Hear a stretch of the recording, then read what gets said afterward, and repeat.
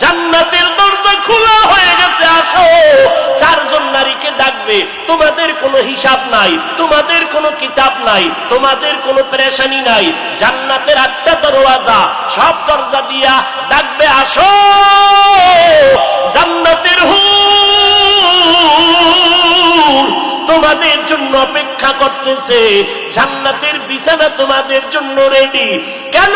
তুই সূর্যের গরম যেন না লাগে, কারণ সূর্যের গরম লাগলে মাথার মগজগুলো টাস টাস করে ফেটে যাবে, একটা সেকেন্ডের আযাব সইতে পারবা না।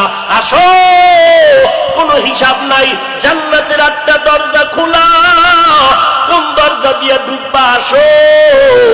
ও এলাকার মা বোনেরা, 4জন নারীকে জান্নাতের 8টা দরজা ডাকবে, এর মধ্যে একজন নারী হবেন আমার নবীর কলিজার বিবি।